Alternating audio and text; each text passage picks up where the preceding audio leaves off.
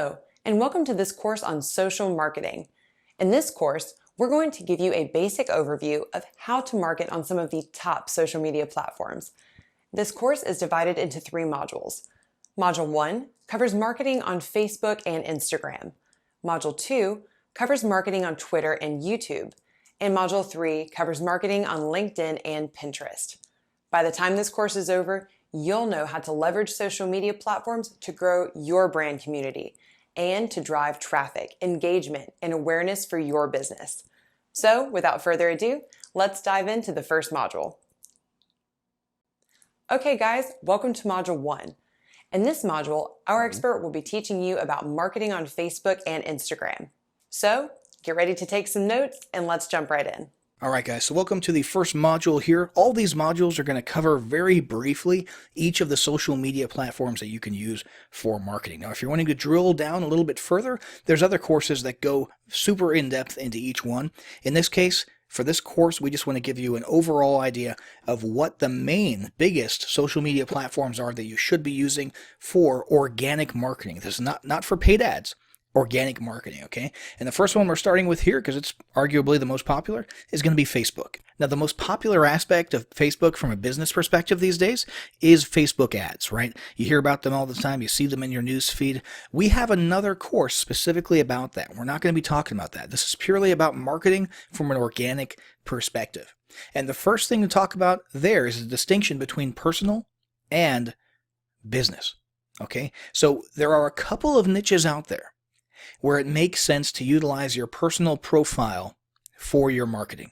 Okay, the internet marketing niche, a couple of multi-level marketing or network marketing niches out there. But for the vast majority of you, you're not going to be doing that. Okay, 99% of businesses, the owners are not going to be using their personal profile for marketing their business. If you're in a niche like that, the network marketing niche or the internet marketing or the MMO niche, you might have seen people using their personal profiles, maybe saying, hey, comment below, or write info in the comments below if you want the secret to XYZ, right? And then they follow up with a private message. Okay, you've seen that enough if you're in that niche that you already know how to do it. It's not really super special. We're not going to focus on it here because, again, it doesn't apply to 99% of businesses.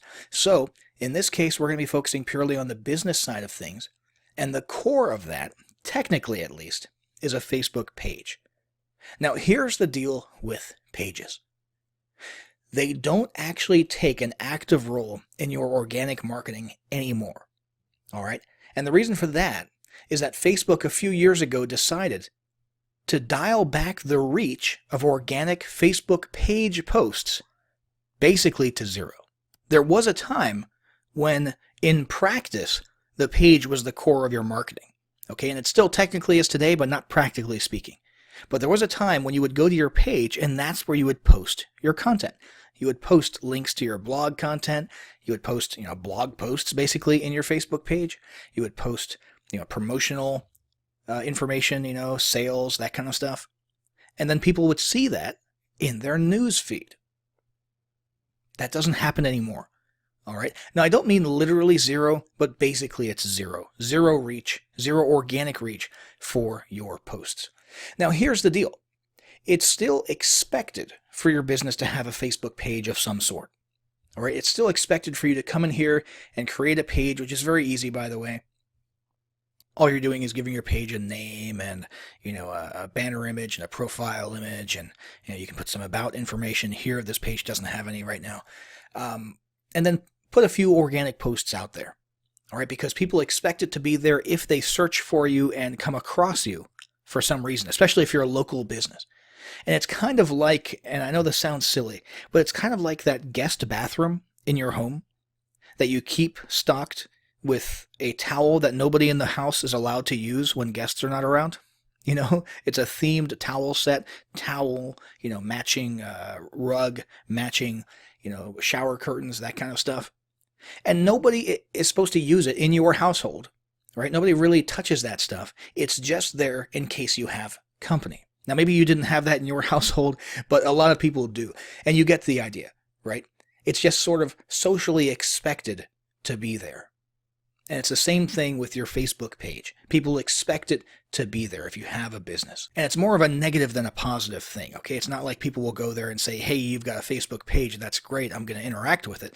It's more of a, if you don't have it, they're going to think something's goofy about your business. They're going to think you're not up to speed with the times and that kind of stuff. So it is important to have one. Just don't expect to use it organically very much. Now, if you do like using it organically, if you do like posting content to it, or you have time in your schedule, or you have an assistant maybe, or a staff member who can do that, and you want those posts on your Facebook page to have some reach, you can boost them, all right, using the Boost a Post button right here. And all that means is you're going to add, 50 or $10 of an advertising budget to that post, and Facebook will take that money, and basically your organic posts will be turned into an ad. So it's sort of a hybrid organic and a paid ad right now at that point. Okay, and a lot of people do that. Most people, however, who have an advertising budget really create optimized ads, actual real Facebook ads that are intended to be ads, and that's where they spend their money. Okay, they don't usually do a whole lot of boosting of organic posts, but it is an option that you need to be aware of. But other than that, in practice, okay, as far as your the portion of your business that faces your customers and that your customers see, your Facebook page doesn't really play a huge role anymore, again, because of that dialing back of the reach. Its main function these days is as a base of operations for your paid advertising, for your other types of endeavors on Facebook. Okay, namely, every Facebook ad that you create, every paid ad campaign, is going to have your page linked to it, or rather it will be linked to your page. So when people see the ad and they look at the profile image and the name of the author of the ad, it's going to be your Facebook page. Okay, so in this case, if we were to put out some paid ads, it would be coin experts that people would be seeing in those paid ads. All right, so that's a sense in which it's sort of, your paid advertising is anchored to your page, and therefore the page has to at least exist. Okay, even if you don't have any content on it. The other is Facebook Messenger advertising, okay, where you actually utilize Facebook Messenger as an autoresponder service or a broadcast service, kind of like email marketing, but inside of little chat boxes, okay? And that's a whole nother can of beans that we can have another course on, okay, if we wanted to. And we're not going to discuss it here because we're purely talking about organic marketing. But just know that when it comes to paid ads and messenger bots and that type of stuff, your page acts as a base of operations for those, and those are all linked to the page. Now, if this course is not going to go into those other things like paid advertising, and your page has no organic use or organic reach, then what are we going to talk about here? The answer is Facebook groups. Facebook groups are the new organic marketing on Facebook.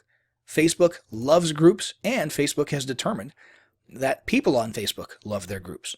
All right. So the idea here is when people were getting posts in their newsfeed from Facebook pages, business pages, it was sort of a one-way conversation. Okay, people felt like they were being talked at. All right. And frankly, it was getting a little bit cluttered. Okay, the user experience, as far as Facebook was concerned, was going down. They didn't want that to happen. They didn't want people being advertised to in their newsfeed in an organic way, especially, there's two sides of this, especially if Facebook wasn't getting any money for it. So, dual purpose here, they dialed back the reach of organic Facebook pages because users weren't exactly enjoying having so many of those posts in their newsfeed. And the other effect of that is if people want to get in people's newsfeeds with business stuff, with advertising and marketing, they basically have to pay for it. Okay, so Facebook's ad revenue goes up, or the revenue from serving ads goes up. Okay. Anyway, the reason doesn't really matter. The fact is, what Facebook did decide that they liked was group posts. Okay, Facebook groups are not like pages. Facebook groups are not a one-way conversation. It's a two-way conversation. It's a multifaceted conversation. People willingly join groups, and they enjoy interacting in multiple directions inside of those groups. They collaborate. They talk back and forth. Okay, they enjoy the content. It has to do with hobbies and other areas of interests. And so Facebook determined that users liked seeing those posts in their newsfeed, and therefore the new engine for organic Facebook marketing is Facebook groups. So we've got a group here which is about homeschooling. Okay, this is the homeschooling niche. And basically, there's not a whole lot of selling going on here. There's a couple instances of brand promotion, but there's not a whole lot of selling, but you could do a lot of selling here if you wanted to. Okay, in this case, this guy basically has a podcast and a show, and it's pretty straightforward. It's not that different from a page in terms of what you're doing. You're just posting content. You're posting Facebook Live or videos or photos or textual posts, and the idea is to get people to engage in a multifaceted interaction, as opposed to just people clicking on something that you're basically utilizing as an advertisement and going away from Facebook to your pages or something like that. Okay, Facebook groups are really about starting discussions and getting people to talk with each other, and they're a fantastic marketing engine for organic marketing because of their reach. Okay, so if you post here right now, if you were to post something in here, or especially if the group admin, okay, if you're the group admin and you post something in here, you're gonna get on people's news feeds. Okay, it's gonna happen.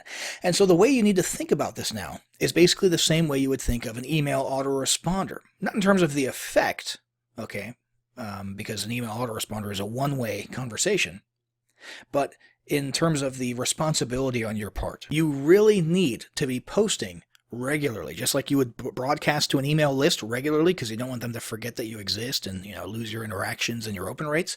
Same thing applies for a Facebook group. You really need to be promoting, or not promoting, but posting to it at least regularly, and getting that conversation happening for two reasons. Number one, people will forget about you and lose interest, okay, just psychologically. But also, Facebook's algorithms will start dialing back your reach for your group posts if you're not posting regularly and people aren't liking or commenting on posts in your group. Okay, so you really need to be committed, if you're going to start a Facebook group, to posting multiple times a week on a regular basis. As you can see, this guy here, he's not really posting things specific to his brand or products he's trying to sell, or even to his podcast or his show. Okay, for the most part, he's posting interesting content, which probably takes him 5 seconds to curate. Okay, so every day he can post something related to homeschooling that he knows his people are going to be interested in, right? Usually news stuff. Up here he had from the Homeschool Legal Defense Association, HSLDA, an important tip for people who are homeschooling, and so on and so forth. And every once in a while, you'll see an actual post that might have something to do with his business, okay, or his brand, designed to bring people somewhere else to consume his content, or perhaps buy a product or service. Okay, so this is one way to go. This is sort of a passive approach. It's very cool. Facebook loves this type of approach because it's non-salesy. Okay, it's actual organic, useful content that people can talk about. However, you can also go sort of balls to the wall and use it as an advertising engine. Okay, a very businessy and salesy engine. Now, that's not necessarily the case in here. However, there is a little bit more selling and promotion going on in this one than in the other one. Okay, and that's because this is in a business niche. Okay, it's a BizOp niche, internet marketing, affiliate marketing, mastermind. You can see that's the name of the group here. This guy Eric has a group where he's posting content about his journey in internet marketing. He's posting videos regularly. He's talking about how to make money online or how to do digital marketing. And as you can see, he's very active. Okay, he's got every few days he's got videos coming out. Okay, video content is very important. You've got, let's see here, a link to a useful YouTube video here. Another thing that you'll notice inside of this group, okay, just as best practices, is when people join, he welcomes them. Okay, every week or so, you should go back and see who has joined in the past week and do a welcome post and welcome those people to the group. All right, you're going to get interaction. People are going to see that. They're going to feel welcome. They're going to want to interact a little bit more. And you've got the actual promotional stuff here as well. Okay, so if you go to this one, you'll see, this is a promotion for some type of a digital marketing service. Okay, same thing here. This is a recommended product, right? We've got down here, let's see. This actually links to a YouTube video. Let's see here. We've got, this one is a video that links to, looks like a lead magnet. We've got another one here for a product called ChatterPal. Okay, so that's probably a cloaked link or a link to a blog post, right? Where a pitch is made, and then he gets affiliate credit when he makes that.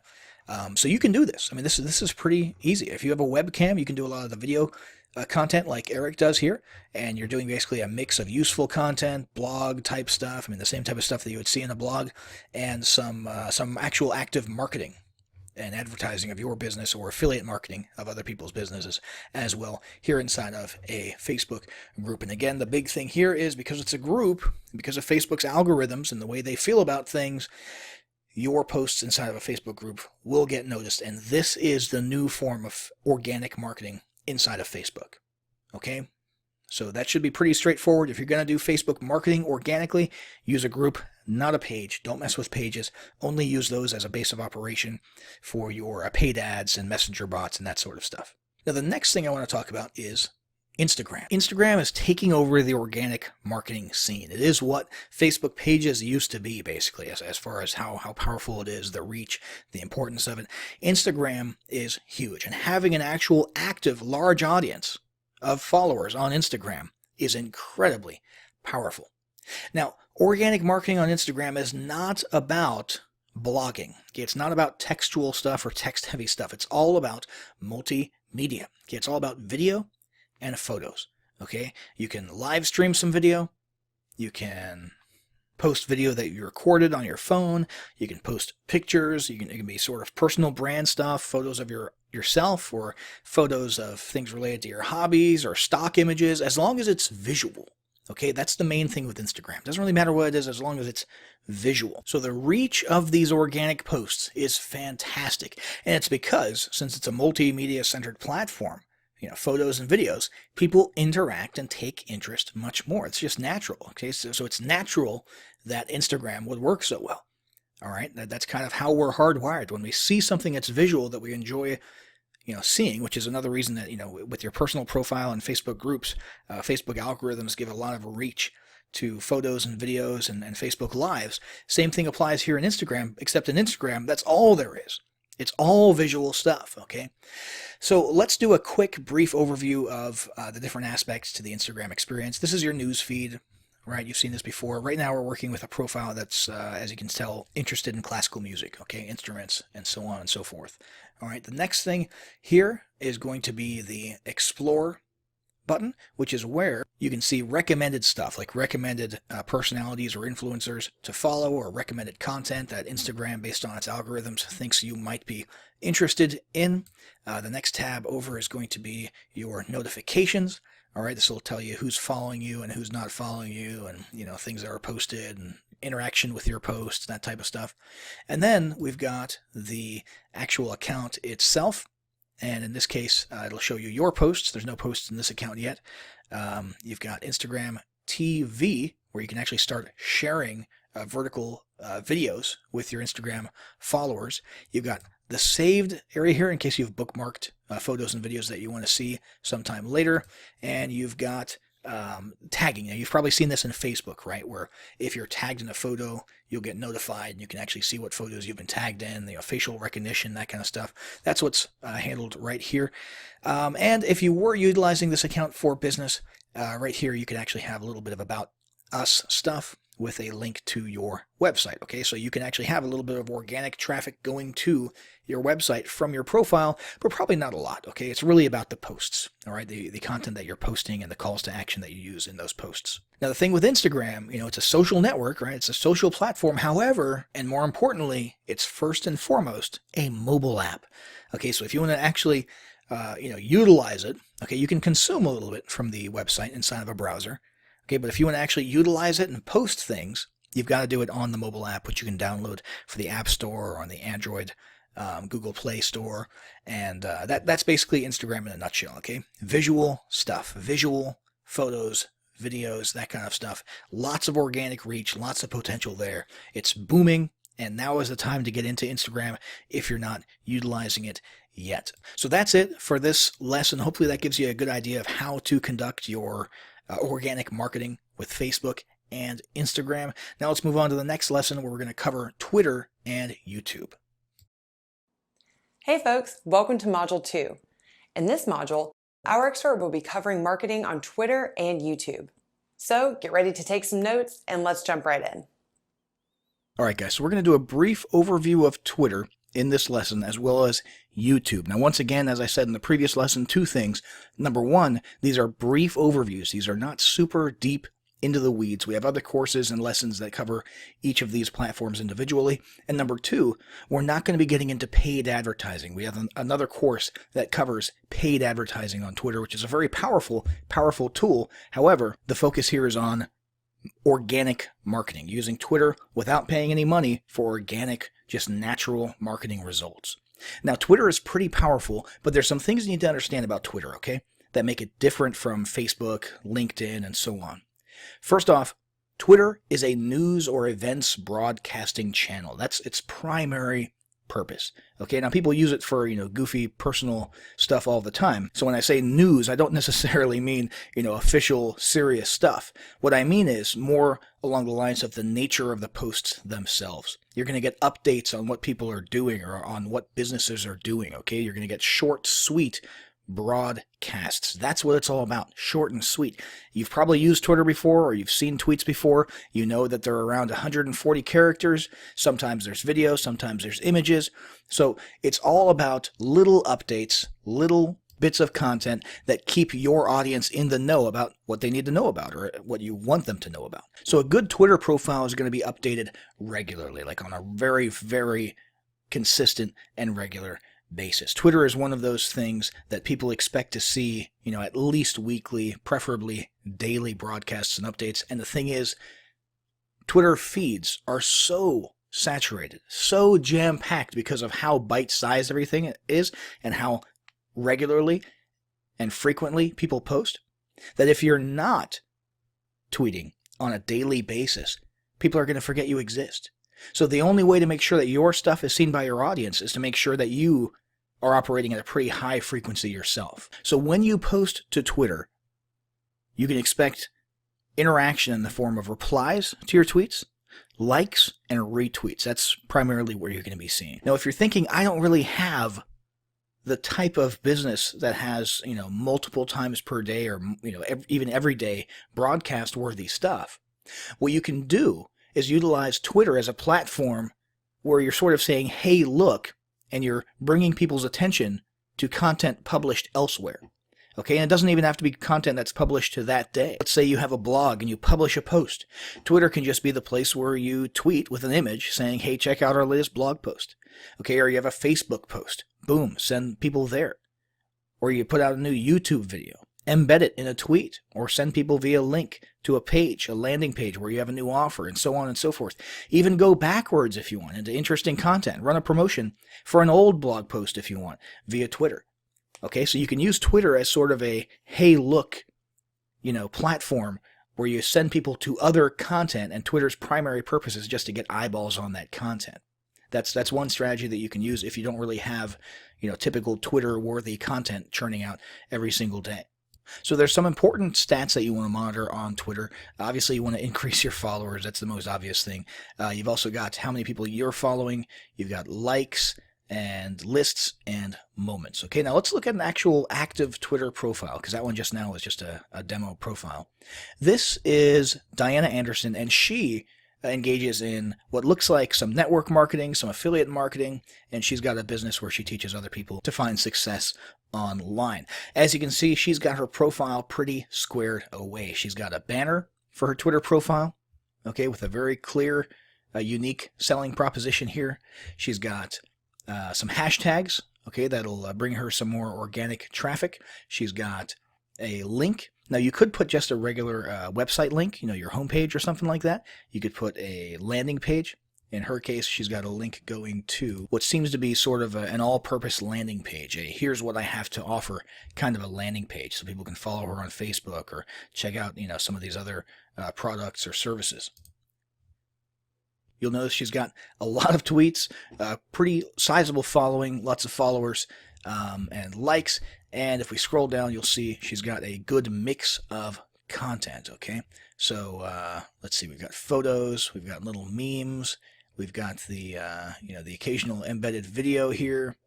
And we have got an example of what I was talking about earlier. In this case, she's got a Facebook post that she posted to Facebook, but she's using Twitter to bring eyeballs to it. You see that? Same thing going on here.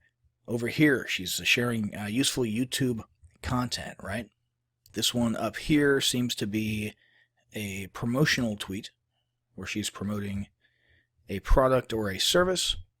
And looks like you can actually sign up for a webinar on this page. So she's got a pretty good mix of content, and that's what you should aim for as well. Some organic, good quality information content, as well as a little bit of promotional stuff so that you utilize it as a marketing engine to get some ROI of some sort. So now that we've covered Twitter briefly, so you have a general idea of how to use Twitter in organic marketing, let's go over to YouTube. So we're going to look at a couple of examples here. In this case, we've got a YouTube channel for a reputation management software. Okay, and this one, it's a little bit old, it's not very active, but what you can see here is that they've got a bunch of videos that are probably not intended for inside of YouTube marketing. Okay, if you look at these videos, you'll look at the So we wanted a new way to deal. So there's the promotional video there. Let's click on analytics.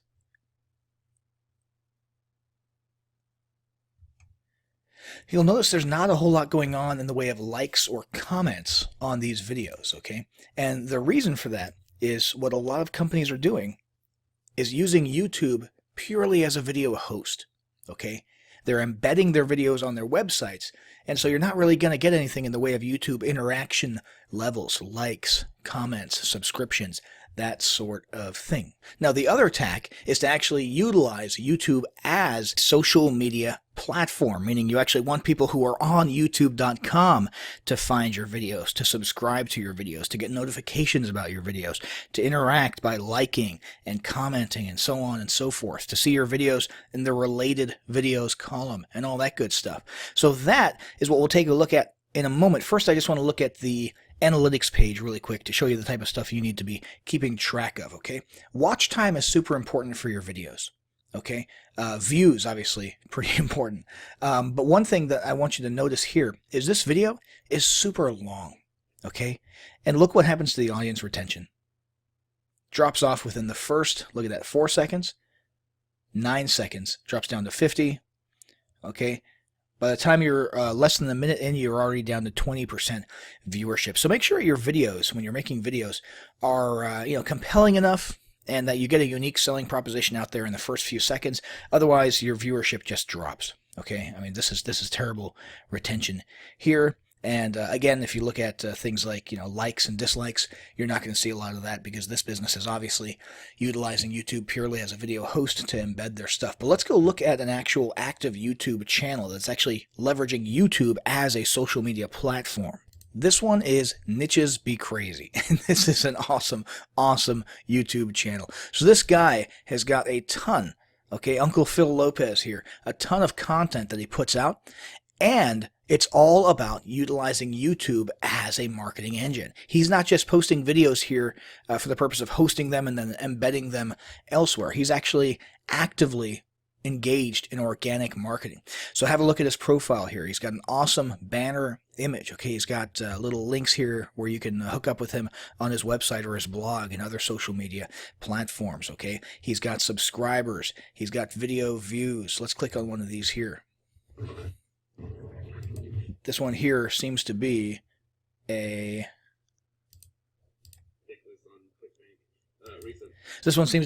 review video for some type of a product, and the product's called Affiliate Oracle by Adam Payne. And basically, what you're going to encounter, maybe not initially, but what you'll eventually encounter here is an affiliate link. So if we click on that, we'll come over here to the review. And I don't know if this is a good or a bad review, but clearly you've got a buy button here, and if you look down in the bottom left corner, that's a pay Kickstart link. So it's an affiliate link. So he's engaged in affiliate marketing, right? And he's getting traffic to his YouTube videos, 115 views there just in the last week, and he is leveraging YouTube itself as a marketing engine. As you can see, he's got comments here. So he's got likes, he's got views, and he's got comments happening, interaction happening. Okay, thanks for the review, etc. Thanks for the good review, Uncle Phil, etc. So this guy's got an actual audience. Okay, he's got actual. I'm gonna change that frame so it doesn't look like he's picking his nose there. But I think you'll also notice he's branded himself. That's huge in YouTube marketing. Watch this.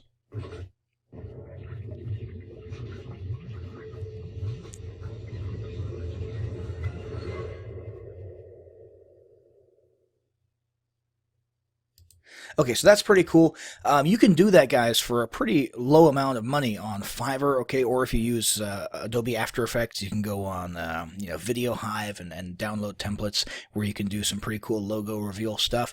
You really want to build a brand. If you're going to be utilizing YouTube as a social media platform, you want a brand so that people recognize your name.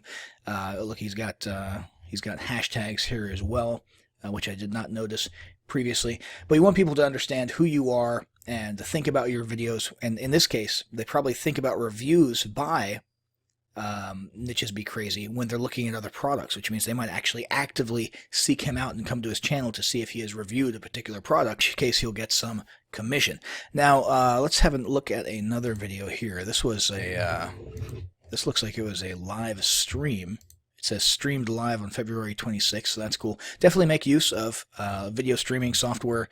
The thing with YouTube is it will place higher in search engine results and related video results and so on and so forth. It'll give more reach and exposure to videos that are live just because they've made their algorithms do that.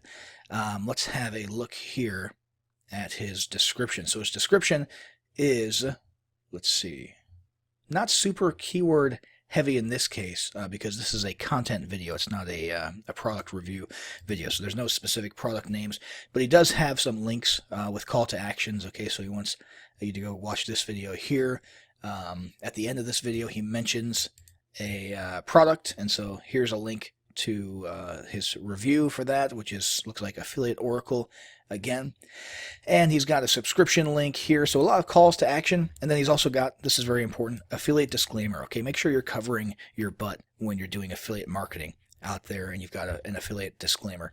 Let's come back to the original video here, and you'll see that this one is a little bit more keyword rich. Okay, so you've got the product name in there multiple times. You've got the vendor name in there multiple times, right? So when somebody's out there looking for Affiliate Oracle or any other product, they're going to be likely to come across a video that is keyword rich in its description. Now, you can't see tags. I think there was a time way back in the day where you could see other people's tags. You can't see tags on this video, but make sure you're utilizing tags when you're posting your videos.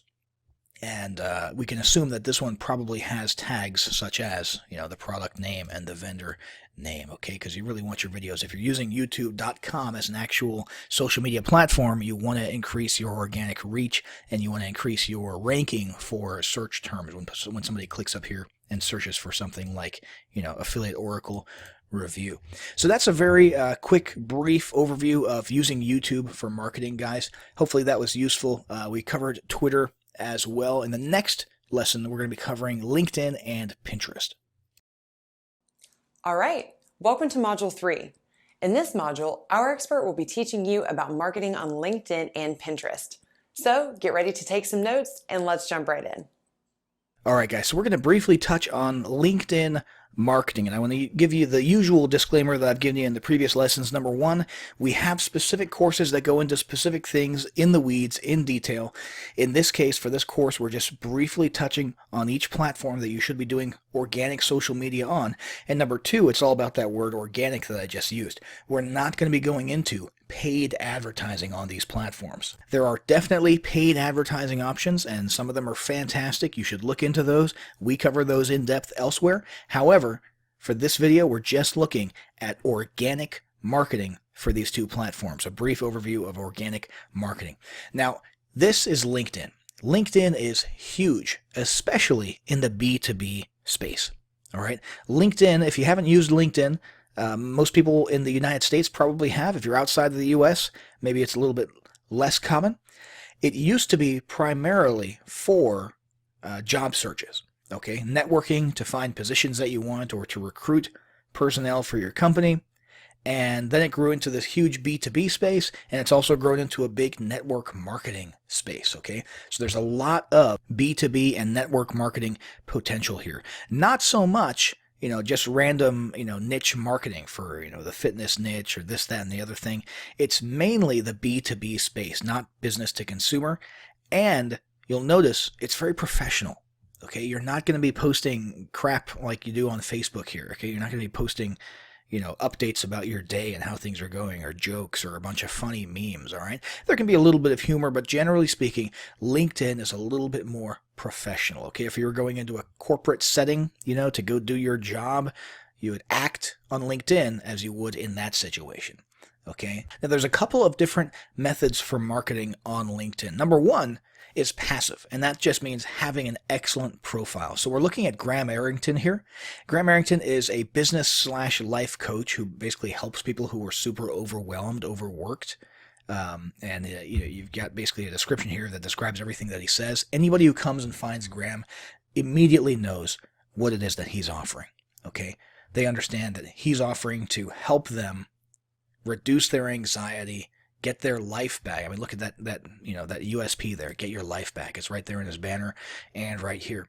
So overworked business owners, overworked C-level executives, overworked, anybody, okay, who needs some help getting their life under control, their time managed, reducing their anxiety. It's all right here. And he's also got some testimonials here from other people. So he's making excellent use of the real estate that LinkedIn has given him inside of his profile to make it very clear what he's offering, and he's offering something pretty substantial, and that's, you can imagine, is in pretty high demand. In addition to his summary, he's also got his skills and endorsement section. He's got experience and education. These are really big if you're going for a job, okay?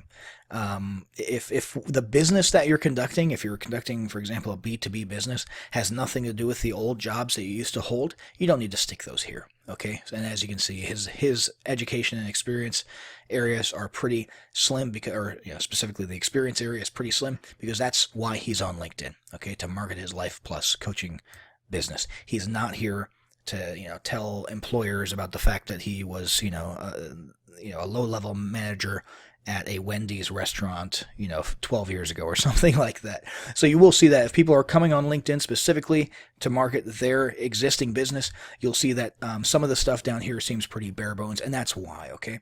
Now, the other area of marketing on LinkedIn is groups. Groups are huge in LinkedIn. So we're going to take a look at a group here. This is the Omaha Empowerment Breakfast Group, okay? And you have, if you're doing B2B stuff, you have local chamber of commerce or, business owner get-together kind of stuff in your city. All you have to do is look it up right here in the search bar.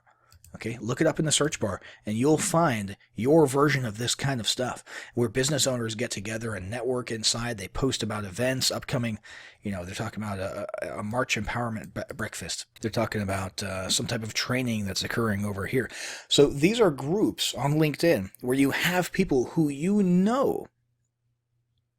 are usual. I mean, it depends on your audience, but if you're in the B2B space, you know that you have people who are sort of decision makers, okay, executives, CEOs, chief marketing officers, etc., who are actual, action takers and are looking for B2B solutions. You know that they're in this group, and these groups are a great way to sort of network a little bit, get yourself out there, get your brand out there, and also you can even create your own group. Okay, now that's a whole another can of worms, but creating your own group is a great way to have yet another marketing apparatus in addition to your email list, in addition to, your Facebook following, your Twitter following, your Facebook groups. Having a LinkedIn group is a great way to get a very specific type of people who are in a very specific mode of thinking, which is, again, the business-to-business mode of thinking. And again, I keep talking about B2B, but LinkedIn is also very useful for network marketing as well. If you're doing network marketing or, multi-level marketing,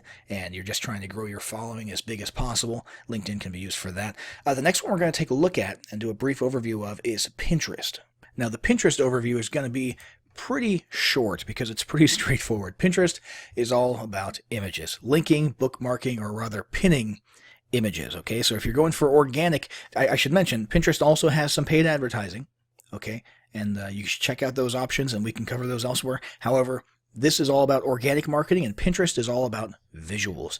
Now, it is true that Pinterest is mostly a female-led social media platform. Okay, however, over the last few years, that's been changing quite a bit. The male usage of Pinterest has grown quite a bit. So if you have a male-dominant audience, don't feel scared about doing some marketing on Pinterest, okay, because that is growing.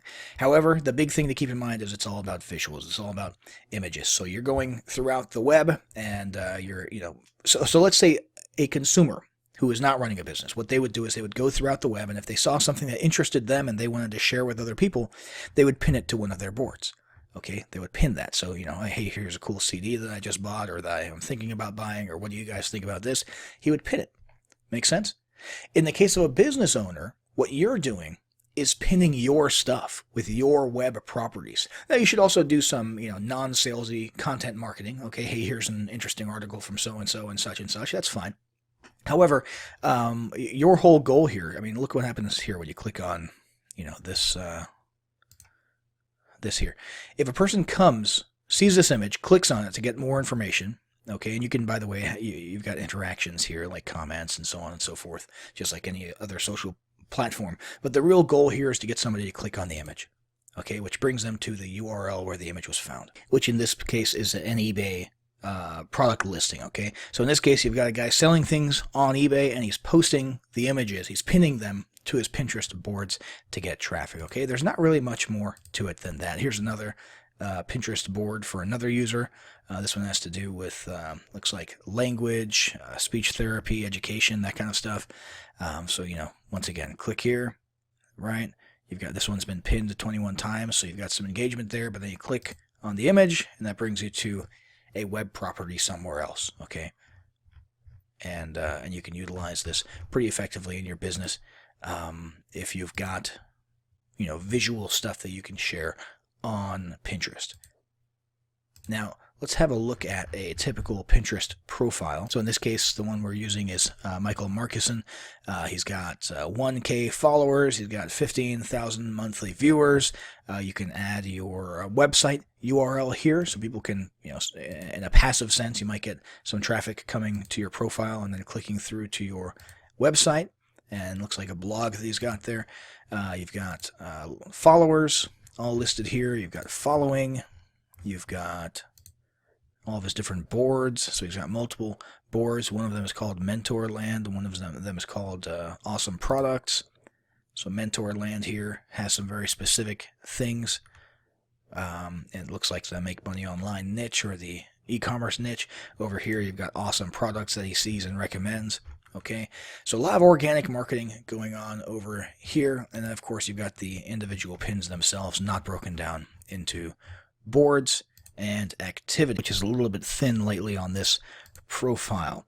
So guys, that's pretty much how you use Pinterest. Okay, again, there is a paid advertising option here that you can utilize to really get your pins in a non-organic way in front of people. But if you are big on content marketing, and a lot of it is potentially visual, that you can use images as links to move traffic to other off Pinterest properties, Pinterest is a great engine to use for your organic marketing in that case.